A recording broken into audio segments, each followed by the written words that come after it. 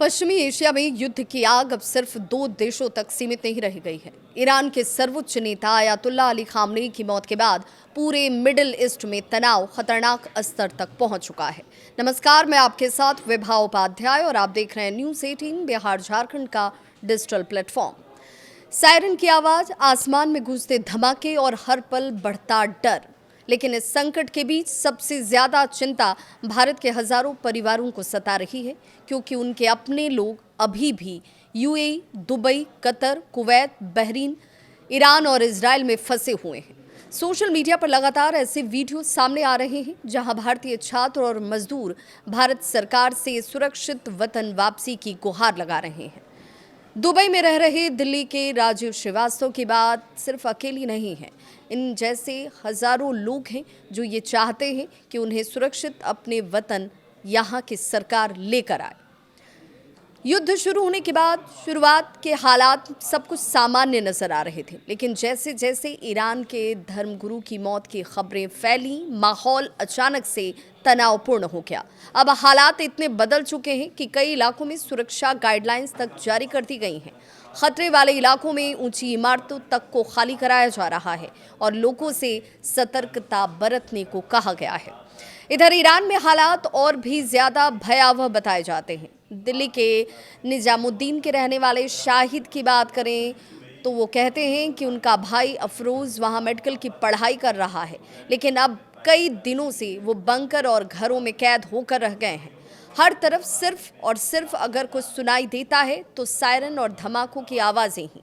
सबसे बड़ी परेशानी ये कि इंटरनेट सेवाएं बंद कर दी गई हैं और इस वजह से वहाँ से हजारों किलोमीटर दूर बैठे अपनों तक बातचीत भी नहीं हो पा रही। परिवार चिंतित हैं, बच्चों से संपर्क नहीं हो पा रहा और परिजन अपनों को सकुशल वापसी के लिए सरकार से गुहार लगा रहे हैं। शाहिद कहते हैं कि ईरान में हजारों भारतीय छात्र और मजदूर इस वक्त फंसे हुए हैं। कई छात्र तो पिछले कई दिनों से ठीक से सो तक नहीं पाए। उन्हें पता ही नहीं कि युद्ध खत्म होगा तो कब होगा और हालात सामान्य कब होंगे। ऐसे में उनके परिवार लगातार भारत सरकार से इस बात की अपील कर रहे हैं कि जल्द से जल्द फंसे हुए भारतीयों को सुरक्षित वतन वापस लाया जाए। कहानी सिर्फ एक परिवार की नहीं है। दिल्ली के लक्ष्मी नगर निवासी और एक दवा कंपनी के प्रबंध निदेशक विद्या भूषण भी इन दिनों गहरी चिंता में है, क्योंकि उनकी पत्नी और बच्चे अभी दुबई में फंसे हुए हैं। फोन पर बातचीत में उनके परिवार ने यह जरूर कहा कि आसपास धमाकों की आवाज़ें सुनाई देती हैं, डर लगता है और वो चाहते हैं कि वो अपने देश वापस लौट जाएं। प्रशासन लोगों को हालांकि घरों से बाहर न निकलने की बार बार सख्त हिदायत दे रहा है।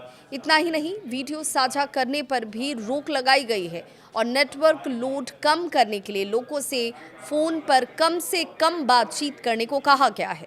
दिल्ली के शिया धर्मगुरु मौलाना कल्बे राशिद रिजवी कहते हैं कि ईरान में बड़ी संख्या में भारतीय छात्र मेडिकल की पढ़ाई करने के लिए गए हुए हैं। कुछ छात्र भारत सरकार की एडवाइजरी के बाद लौट आए, लेकिन अभी भी कई छात्र वहां फंसे हैं। इंटरनेट सेवाएं बंद होने की वजह से उनका परिवार इसे लेकर चिंतित है। इसी बीच ईरान में फंसी एक भारतीय छात्रा का वीडियो सोशल मीडिया पर तेजी से वायरल हो रहा है। इस वीडियो में छात्रा भावुक होकर भारत सरकार से मदद की अपील कर रही है। छात्रा कहती है कि वो हर पल अनिश्चितता का माहौल अपने आसपास देख रही है। विदेशी छात्र खुद को असुरक्षित महसूस कर रहे हैं। हालांकि भारतीय दूतावास लगातार हालात पर नजर बनाए हुए है। नागरिकों को सुरक्षा प्रोटोकॉल का पालन करने की सलाह दी गई है, लेकिन तब भी सवाल यही कि क्या भारत सरकार जल्द ही कोई बड़ा रेस्क्यू ऑपरेशन शुरू करेगी। इस बीच यूएई से एक फ्लाइट भारत आई है, जिसमें कई लोग अपने तक पहुंच चुके हैं और इसके आगे भी वहां रहने वाले लोगों को वापस लाने की सरकार की तरफ से कोशिशें जारी हैं। लेकिन सिर्फ मसला यूएई का नहीं है, तमाम दूसरे देशों में फंसे भारतीयों का है और उन्हें लेकर भी सरकार उतनी ही गंभीर और चिंतित है। हजारों भारतीय सुरक्षित कैसे वतन वापस लौट सके, इसे लेकर सरकार रणनीति बना रही है, क्योंकि इस वक्त मिडिल ईस्ट में जिस तरीके के हालात बने हुए हैं, युद्ध के बीच हर भारतीय परिवार की बस एक ही चाहत है, उनके अपने सुरक्षित घर वापस लौट आएं। इस खबर पर आपकी क्या है राय, ज़रूर साझा करें।